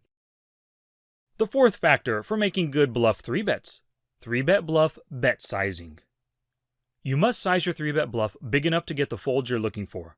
If villain is a lag, you'll have to size it bigger to get folds. If villain is a massive nit or a tag, sizing it smaller may work just fine. Also, your position matters. People are more likely to call when facing a 3-bet with positional advantage. So size it bigger when bluffing out of position. It's important to look at your opponent's raise then fold to 3-bet stat in the position they're raising from. The higher the better. 67% is a common break-even point for most 3-bets, but I love to see my opponent have a 75% or greater raise then fold stat. This makes it much more likely they're folding when I'm bluffing. Whatever sizing you choose, your opponent can now use that sizing to determine their course of action. Versus your 3-bet, they can fold, call, or 4-bet. Folding versus your 3-bet. Your opponent opened the pot, and you 3-bet from the button. If they choose to fold, they've only lost their initial 2-bet. Even with this loss, folding against your 3-bet is a neutral EV decision, because once the money's in the pot, it's no longer theirs to lose. Another way to look at this is they risk 0 big blinds by folding. Calling versus your 3-bet. Your opponent opened to 3 big blinds. You 3-bet to 9 big blinds on the button. They need to call 6 big blinds to win the total pot of 19.5 big blinds. This means they need a hand with only 31% preflop equity to make a break-even call versus your 3-bet range. Lots of hands have this much equity versus a balanced 3-betting range that includes both value and bluffs. If your opponent puts you on a tight 3-betting range of only 4.7%, something like 10s or greater and ace-queen or greater, they can make a break-even call with 10-9 suited. And you can see this in figure 90. What if they know you're capable of bluffing with hands like suited connectors and small suited aces? Figure 91 shows that as a range gets wider, calling hands gain equity against it. By adding some bluffing hands like 9-8 suited, 8-7 suited, and some suited baby aces to the prior 3-bet range, 10-9 suited now has 37% equity, making for a profitable call as opposed to a break-even call. And if they're calling with post-flop position, this makes a call even more enticing. What if instead you had 3-bet to 12 big blinds, or 4 times their open raise? This bigger bet sizing will dissuade them from calling as often, and rightly so. For one, it looks scarier. For another, they now have to call 9 big blinds to win a total pot of 25.5 big blinds, for a higher 35% break-even point. Mathematically correct calls now need to be made with stronger hands. And the 5th factor in making good 3-bet bluffs: what to do when facing a 4-bet. You got caught bluffing and now you're facing a 4-bet. Normally, the best response is to fold. Players don't 4-bet bluff as often as you'd think. You have a few in your 4-bet range, but you're mostly value-oriented just like everyone else, and this is important when playing at the micro and low-stakes games. But there are no absolutes in poker, so it can be okay to 5-bet rebluff against the right players in the right conditions. What are they? Maybe you have an incredible read and you're sure the opponent is bluffing. Or maybe you've seen your opponent 4-bet bluff in the past in a similar situation. It's possible you've seen them 4-bet then fold in the past as well. Or they have a low raise then call stat and a high raise then fold stat, meaning they hate calling 3-bets. This makes them a 4-bet or fold player. And lastly, maybe they have a high 4-bet stat over 50 instances of facing a 3-bet. Something over 20% would be indicative of a 4-bet bluffer. Statistics to track this week. Track your 3-bet preflop as a total and by position. Also, track your win rate when you 3-bet preflop. Also, track your win rate when you 3-bet preflop and saw the flop. Track this as a total, in position, and out of position separately. Play with purpose number 1. In your next 3 sessions, have a bluff 3-betting mindset and actively search for good spots to 3-bet bluff. Before you pull the trigger, ask yourself the 4 questions presented earlier in the chapter. Question 1, what is villain's open raising range? Question 2, how will villain likely respond? Question 3, what range does villain continue with? And question 4, does villain have any post-flop weaknesses? If it's a positive EV 3-bet bluffing situation, take it. Tag every 3-bet bluff that doesn't work for later review. Figure out why your 3-bet bluff didn't work. Did they actually have a good hand? Or did you miss some piece of critical information? Ask yourself, what did I do wrong? So that you can learn from your 3-bet bluffing mistakes. Play with purpose number 2. In the following 2 sessions this week, be on the lookout for your opponent's 3-bet bluffs. Pay attention to their 3-bet preflop stat by position, and try to pick off 3-bet bluffs with calls and 4-bets. Tag all hands where you fight back against their 3-bets for review in your study sessions. Study with purpose number 1. Filter for and analyze your bluffing 3-bet hands by category. Suited connectors, smaller suited aces, and offsuit aces, pocket pairs, the non-value pocket pairs, maybe 9s and below, and filter for broadways, suited and offsuit. As you go through the losing hands, ask yourself the 4 questions discussed earlier to determine if you made good 3-bet bluffing choices. Study with purpose number 2. Use Flopzilla to consider different 3-bet bluffing hands. In many of the ranges I gave you, Ace-5 suited through Ace-Deuce suited, and 10-9 suited through 6-5 suited are the hands I recommend. Find out which other hands you can 3-bet bluff that give you good post-flop playability versus different calling ranges. Look at hands like 10-8 suited, King-9 suited, and small to medium pocket pairs. Create a list of hands that you'd like to start experimenting with as 3-bet bluffs, then get to it! Record these experiments in your poker journal. Study with purpose number 3. Review some of your aggressive opponent's 3-bet bluffing hands. In Subdomino 1.5, study with purpose number 2, you created a 4-bet bluff targets report.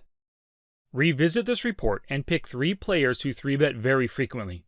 Analyze their 3-bet hands that went to showdown. What hands are they 3-bet bluffing with? Can you find some patterns like suited connectors or suited aces? Or do they seem to 3-bet bluff with random hands? Do they target specific opponent types with their 3-bet bluffs? Your goal is to learn from good 3-bet bluffers at your stakes. Subdomino 3.4 3-bet defense. You face multiple 3-bets in every session you play. When you know something's going to happen, you had best prepare for it. Novice players don't prepare for 3-bets. They take it one hand at a time and spend too much mental energy on the felt trying to decide on a course of action. Do I call, 4-bet, or fold? Is this hand, ace-queen offsuit, pocket 7s, king-10 suited, etc., is it worth playing here? Exceptional players, on the other hand, open the pot with an idea of how they'll respond to a 3-bet. They've done the work off the felt to have a good idea of the most positive EV route to take based on their hand, position, and the player 3-betting them. You've prepared your 3-bet defense by building calling and 4-betting ranges, or utilizing the kiss ranges I gave you in Subdomino 1.5. Congratulations, the hard part's done! No, not really. If following the ranges was the key to profitably defending against 3-bets, then nobody would have an issue with it. No matter how good a set of ranges is, they can't prepare you for everything. Each player type, loose aggressive, tag, whale, etc., has a different 3-bet range. Your open raising position and the position of the 3-better can dictate ranges, and their choice of 3-bet size can mean different things. Like I mentioned back in Subdomino 1.5, these ranges are just a starting point. Defending in a positive EV manner requires that you put your opponent on a range. Next, you'll assess how the hand best plays against that range, then pull the trigger on the most positive EV action, folding, calling, or re-raising. What is their range? Before you choose the most positive EV action, you must assign your opponent a 3-bet range. Whip out Flopzilla and follow along as I show you how to do this versus an aggressive 3-better out of the blinds. Here's the example scenario. Facing a lag 3-bet from the small blind. It's folded to a tight aggressive hero on the button with ace-queen suited. Hero opens to 3 big blinds. A loose aggressive villain 3-bets in the small blind to 11 big blinds. Hero has played over 6,200 hands with villain. Villain stats? Total 3-bet is 7%, and 3-bet in the small blind is 8.5%. The 11 big blind sizing is common for this villain when 3-betting out of position. The big blind folds and hero is contemplating calling or 4-betting. Question 1. What range does villain 3-bet here, and what is hero's pre-flop equity when calling with ace-queen suited? Question 2. What parts of villain's range are folding versus hero's 4-bet? Is a 4-bet immediately profitable? To assign a 3-bet range, we need to utilize villain's stats, history, and 3-bet sizing. First, stats. The 3-bet percentages above help give a quick look into villain's 3-bet tendencies, but there is a set of stats that give more detailed information. Figure 92 shows the 3-bet versus position stats from PokerTracker 4 that Hero has gathered over those 6,200 hands with the loose aggressive villain. Figure 92 shows 7 different statistics over every position at the table. For example, the first line is the 3-bet versus the early position 2-bet. You see it as a total. You also see it in the MP, the cutoff, the button, the small blind, and the big blind. There are a few stats here that stand out from Figure 92. 3-bet versus early position 2-bet and versus button 2-bet are very high in the small blind at 10.5 and 10.8% respectively. This player knows that many lags try to steal from the early position and the button, so they exploit this with strong-looking 3-bet bluffs from the worst position at the table. When villain 3-bets in these spots from the small blind, it's a good opportunity to cold 4-bet bluff from the big blind or as the pre-flop raiser. Hero can utilize these percentages to build a 3-bet range of roughly 10 to 11% for this situation. Figure 93 shows a 142 combo, 10.7% 3-bet range, which consists of pocket 8s or greater, ace 9 suited or greater, ace 10 offsuit or greater, king 10 suited or greater, king queen offsuit, queen jack suited, and jack 10 suited. Before Hero sets this range in stone, let's see if history can give a better indication of villain's range. History. PokerTracker 4 records automatic notes based on showdown hands in specific scenarios. Figure 94 shows some notes pertinent to this situation. The first line in Figure 94 shows prior showdown hands when villain 3-bet in the blinds versus a steal. Hero's a tight aggressive player, so villain will have a wide range, possibly containing each of these hands. Take note of the ace 3 suited hand. This means that villain is capable of 3-betting a polarized range and likely chooses good blocking hands with straight and flush draw potential as bluffs. The second line shows all the hands villain has ever 3-bet. Many of these hands will be included in the range. The third line shows the hands villain has called 2-bets with in the blinds. If a hand is here, it doesn't mean they always call with it, just that it's been a calling hand in the past. The final called any 4-bets line can help Hero determine their 4-bet hand's equity if villain calls. Using this information, Hero can adjust villain's 3-bet range by including suited baby aces and king-jack offsuit. Hero can remove some suited connectors and gappers. Figure 95 shows a more accurate polarized 3-bet range based on stats and history. You'll see this new range still at 10.7% with pocket 8s or greater, ace 10 suited or greater, ace deuce suited through ace 5 suited, ace jack offsuit or greater, king queen, and king jack. Next, sizing. Based on notes taken, Hero may adjust this range up or down due to the villain's sizing used. At 11 big blinds, this is a standard sizing for villain when out of position, so Hero can lock this range in. But if villain made bigger bets for value, like 12 to 13 big blinds with pocket aces and kings, then Hero could read this sizing for weakness and remove some of the stronger hands, or even add some weaker bluffing hands like pocket 7s, king 10 suited, and ace 10 off. Figure 95 is the final 3-bet range that Hero will assign villain. Here are the range details. 142 combos, 10.7%. It has 42 combos of pocket pairs, 40 different suited hands, and 60 offsuit combos. Hands including an ace are 74 combos, non-ace hands 68 combos. But Hero is holding ace-queen suited, and this blocks some combos that villain can have. The hands within the range stay the same, but the combo counts change due to the ace and queen blockers of Hero's hand. Here are the revised range details, taking into account the ace-queen suited. Villain's 3-bet range is now 112 combos, or 9.1%. Pocket pairs make up 36 combos, suited hands 31, offsuit 45 combos. Hands containing an ace 51, non-ace hands 61. Hero's ace-queen suited has 55% equity versus this range, and you can see this in Figure 96. With so much equity, folding is out of the question and calling is positive EV, but is 4-betting an immediately profitable play? To answer this, Hero must break this range into hands that fold to the 4-bet, call, or 5-bet over the top. The PokerTracker 4 auto-generated notes back in Figure 94 doesn't show any prior 5-betting hands, but it does show prior 4-bet calling hands of pocket queens and pocket 8s. Hero can assume from this that villain is likely 5-betting kings or greater for 9 combos, not 12 because of Hero's ace blocker. Villain can try to 5-bet bluff some hands, but because Hero is a tag player, villain is likely only 5-betting for value. Hero would plan on folding to the 5-bet if it happens. Next, Hero wants to consider what hands will call the 4-bet. The villain has called pocket 8s before, but against a tight aggressive 4-bet, which is most likely for value, villain won't call so low. 4-bet calling hands are normally better pocket pairs like jacks and queens and ace-king. Without any history detailing other calling hands, this is what Hero can assign as a calling range, which is 21 combos. You may have heard the phrase, turn your hand into a bluff. If Hero 4-bets here, that's exactly what's happening. Hero's taking their 55% preflop equity and putting it at risk to take down the pot right now. Against a 5-bet, Hero's folding. And if villain calls, Hero's ace-queen suited only has 35% pre-flop equity. Given all of this, Hero's hoping for a fold versus their 4-bet. So how often is Villain folding?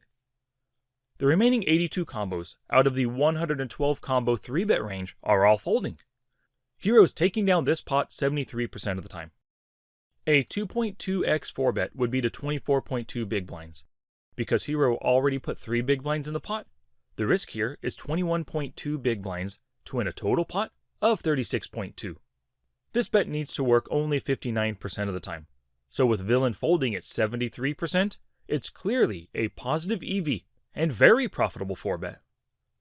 Calling and 4-betting are both profitable, but 4-betting is the preferred play as it's immediately profitable, and taking down the pot now is better than taking the chance at winning the pot later with 55% pre-flop equity.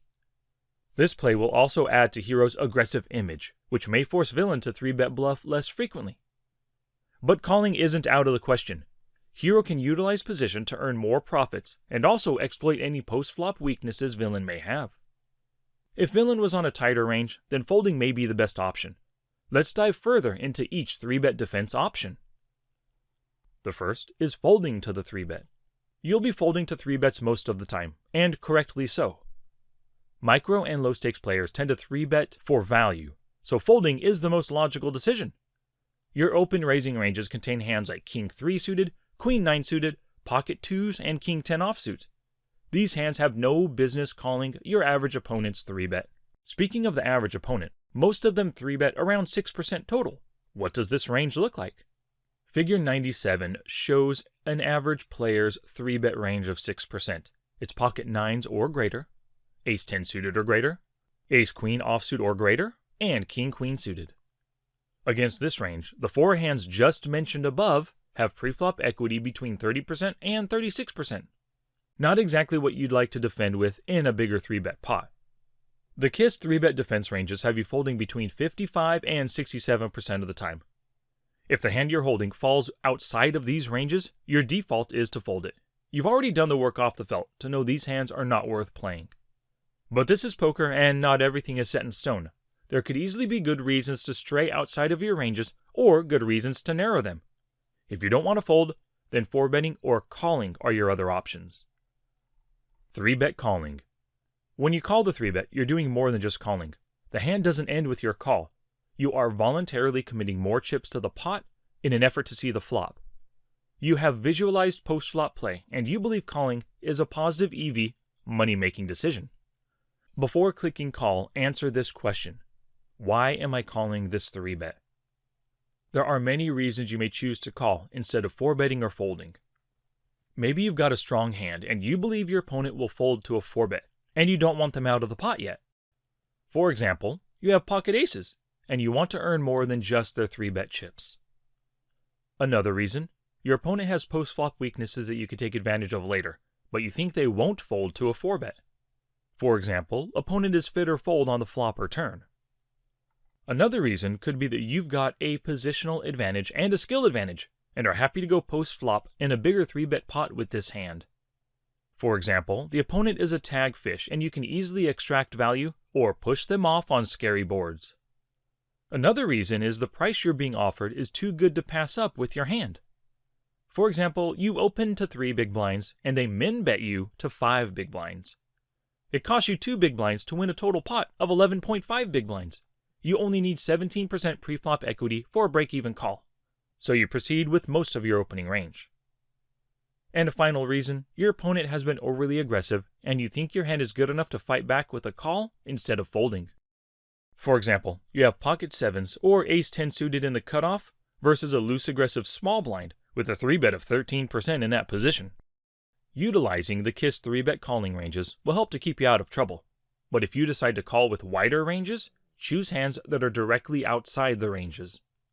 In the cutoff versus a small blind 3-bet, I recommend calling with 78 combos of pocket jacks through 9s, ace queen through ace jack, ace 10 suited, king queen, king jack suited, and queen jack suited. Calling with pocket 8s, ace 10 offsuit, king 10 suited, and jack 10 suited is fine if you deem it positive EV, but don't go too low. If you're willing to call with pocket 4s, then you'd also call with better hands.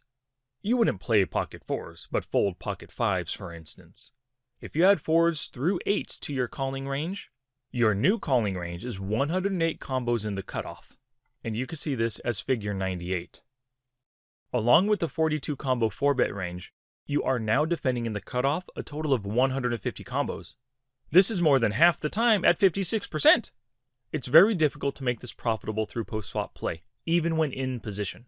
The big danger in calling comes from capping your range and giving your opponent the betting lead. You've effectively given them the bread and butter advantage. Because of this, it's completely fine to narrow your calling ranges when necessary. You can narrow your ranges in one of two ways. Number 1, drop the weaker calling hands.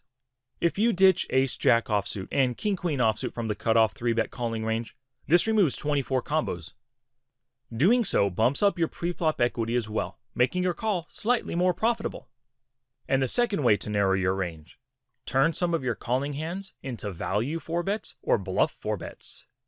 If you know your opponent has a wide 3-bet range, like 10% or greater, then you can turn ace-queen suited and pocket jacks into 4-bet value hands if you believe they'll call or 5-bet with worse, with hands like ace-jack, ace-10, and 10s through 9s. You can also turn the weakest hands like ace-jack offsuit and king-queen offsuit into 4-bet bluffs as well, and more on 4-bet bluffs in just a second. By increasing your 4-bet range and decreasing your calling range, you're giving yourself more opportunities to be in bread and butter situations. One way to help you spot profitable calling situations is when you have at least 2 of the 3 advantages: position, skill, or range. If you've got only one or none, save your chips and move on to the next hand. Don't willingly make poker more difficult. One last word about calling 3-bets. Don't call just because you don't want to fold. Too many players make this negative EV mistake because they think, I can't win if I fold.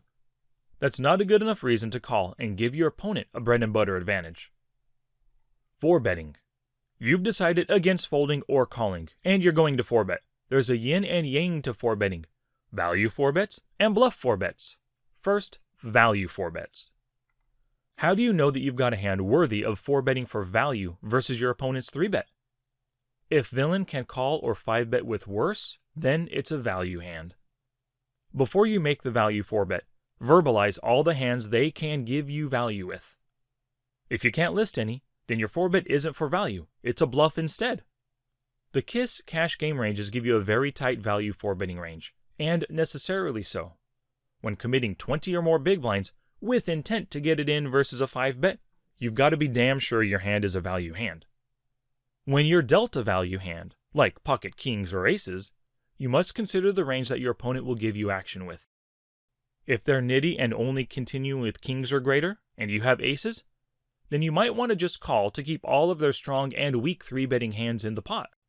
One interesting thing to note is that pocket aces versus a range of kings or greater is a 77% favorite. But if you call and keep your opponent to a wider 3-bet range, your pocket aces could be an 85% favorite. And you can see an example of this with figure 99. Pocket aces has 85% preflop equity against a range of 9s or greater, ace-king offsuit through ace-jack offsuit, ace-king suited through ace-10 suited, and king-queen suited. With this equity, you stand to win a lot of money post-flop. If villain is continuing with a large portion of their 3-bet range, maybe something as wide as jacks or greater and ace-king, then making the 4-bet is a better play, because villain's giving you a lot of value here and now. Getting more value up front before the flop hits is always preferable. A good 4-bet sizing to use is 2.2 times the 3-bet. This puts your opponent to the test and they won't automatically fold, call, or 5-bet just due to the sizing. If they 5-bet, you could just get it in with your superior value hand, and if they call, the pot will be about 45 big blinds. If you started with 100 big blind stacks, this makes SPR less than 2 to 1. It's easy to get your full stack in at this low SPR if you gauge your value hand is still ahead of them on the flop. 4-bet bluffs. 4-bet bluffing is not a play you'll frequently make. The majority of poker profits do not come from bluffing. Profits come from gaining value out of your opponent's weaker holdings. But sometimes the stars will align for a positive EV 4-bet bluffing opportunity. You're risking a lot of chips, so you must be sure it's working often enough to be worth it. Before you click raise, you must answer this question: will they fold often enough? There are 2 ways to answer this. Number 1. Put your opponent on a range of 3-betting hands and calculate the portion of hands that they're folding. If they're folding over 60% of their range, and the higher the better, then it's a profitable bluff. And number 2. Look at your opponent's 3-bet then fold stat. In PokerTracker 4, it's called fold to preflop 4-bet after 3-bet. Anything over 60% is great, and the higher the better. If these are both over 60%, then highly consider 4-bet bluffing. Don't break the ATM by 4-bet bluffing too often though. If you do, your eagle-eyed opponents will adjust by 3-betting less and 5-betting or calling your 4-bets with very strong hands. This will turn your profitable 4-bet bluffs into money-losing opportunities. One way to control your 4-bet bluffing is to only do so with hands that give you blocking power against your opponent's strongest hands and give you good post-flop equity in case you're called. This last part is important because 4-bet pots are large on the flop at 40 or more big blinds, and you want all the help you can get to take them down. The KISS 3-bet defense ranges contain very few bluffing hands, only Ace-5 suited and Ace-4 suited. I recommend having at least a 3-to-1 ratio of value to bluff 4-betting hands when defending against 3-bets. You're playing in the lower stakes after all, where being value-oriented and avoiding paying off opponents is a more profitable approach. Here are the types of 4-bet bluffing hands I recommend in order of strength. Number 1. Suited aces. The blocking power of having an ace, coupled with straight and flush potential, make these great 4-bet bluffing hands. The next, suited connectors. There's very little blocking power with 8-7 suited and 7-6 suited, but their 2-pair, straight, and flush potential make them great to have in case your 4-bet gets called. And the third type of 4-bet bluffing hands I recommend, offsuit broadways. King-Queen offsuit and King-Jack offsuit both have good blocking power against pocket kings, queens, and ace-king. They can also hit great straight draws, but the drawback is that you have less flush potential. You keep the flush potential in your defense range by calling with hands like King-Queen suited and King-Jack suited. In case your 4-bet bluff gets called, you'd love to see your opponents have some post-flop weaknesses, like playing fit or fold in 3-bet or greater pots, or honest on a particular street, and more on post-flop below. Be sure to review your notes on the opponent before you click raise to 4-bet bluff them. They just won't leave me alone! If you are at a table full of 3-betters who constantly put pressure on your open raises, you've got some options other than calling or 4-betting more frequently. First option, increase your open raise sizing. Lags love to 3-bet bluff, but they do so less often versus bigger bets because it costs more. Your next option, tighten up your open raising ranges. Use the early position ranges from the cutoff ranges in the button, and the early position ranges from the blinds. Or you can use the early position ranges from every position. Another option, defend from out of position with only a value range. Don't call preflop only to check fold on most flops when you miss them. And the final option, switch tables or seats. Tables are less profitable and much more variance-laden when they're filled with lags, especially if they're on your left. Post-flop expectations and preparations. Before you make your 3-bet defense decision, prepare for how your opponent is likely to approach the flop. I'm not going to go too deep into post-flop play right now, but I want you to keep it in mind when mounting any 3-bet defense. Your poker tracking software has 3-bet specific post-flop stats to utilize. I keep these in my CBET pop-up, and you can see a picture of this as figure 100 on the images page. At the bottom of the figure, you'll see the post-flop specific 3-bet pot stats. It's a great idea to compare overall CBET stats alongside their 3-bet pot equivalents to begin your plan. For example, in figure 100, Villain has an in-position flop CBET of 72% and a turn CBET of 48%. This is a difference of 24%, making for a turn-honest player. In 3-bet pots, however, Villain's in-position CBET goes from 69% on the flop to a tiny 26% on the turn, a difference of 41%. This is huge and makes for even more turn honesty in 3-bet pots. Here's a potential pre-flop plan. Call the 3-bet with good hands by following your range and when in position. Call their expected flop c-bet with some equity, fold if you have zero equity, then when they check the turn, bet and take the pot away. Statistics to track this week. Raise then fold to the 3-bet, Track it as a total and by position. Also your raise, then call the 3-bet as a total and by position. Also track your win rate when calling 3-bets. Track your win rate when calling 3-bets with suited connectors, when calling 3-bets with pocket pairs, and when calling 3-bets with Broadway hands. Also track your raise, then 4-bet versus the 3-bet stat, total and by position. Plus track your win rate when 4-betting and your win rate when 4-betting and saw the flop. Play with purpose number 1. Play each session this week with a focus on expecting a 3-bet, then making a positive EV decision when it happens.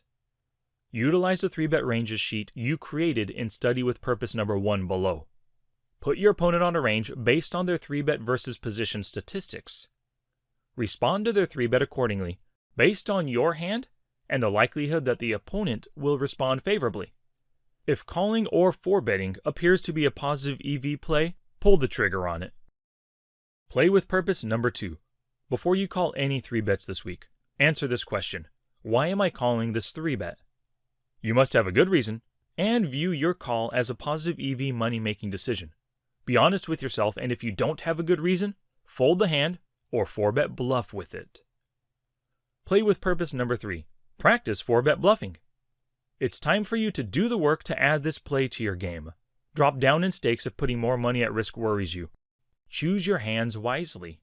Suited ace blocking hands are great, but suited connectors and offsuit broadways have their potential as well. Tag every 4-bet bluffing hand with a 4-bet bluff tag for later review. Study with purpose number 1. Analyze 5 3-bet ranges like I showed you with the ace-queen suited example earlier this chapter. Break the ranges down into their constituent parts. Do this for 3%, 6%, 8%, 10%, and 12% 3-bet ranges. Put all of this information for each range onto a piece of paper that you keep in front of you during each play session this week, like I mentioned in Play with Purpose number 1. You may want to create 2 3-bet range sheets, a polarized and a depolarized one. Follow this outline to help you break down the ranges and include a screenshot of the range if helpful.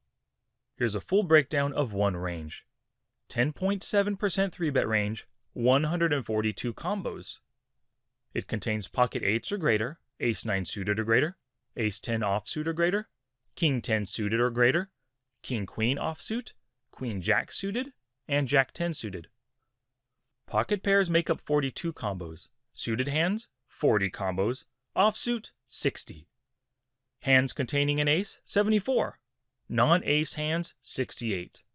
Out of this range, 5-bet hands would be aces through kings for 12 combos or 8% of the time. The calling range would be queens through jacks and ace-king for 28 combos 20% of the time. The folding range versus a 4-bet, all other hands 72% of the time. Study with purpose number 2. Review every hand you tagged with 4-bet bluff.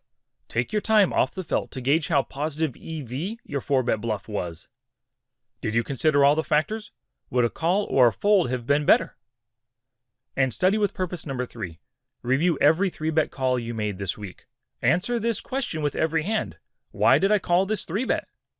If you don't have a good answer, like keeping their bluffs in or because your hand is stronger than most of their 3-bet range, then it was not a good call. Assess the EV nature of each call made and take note of mistaken calls and the factors that led to the calls.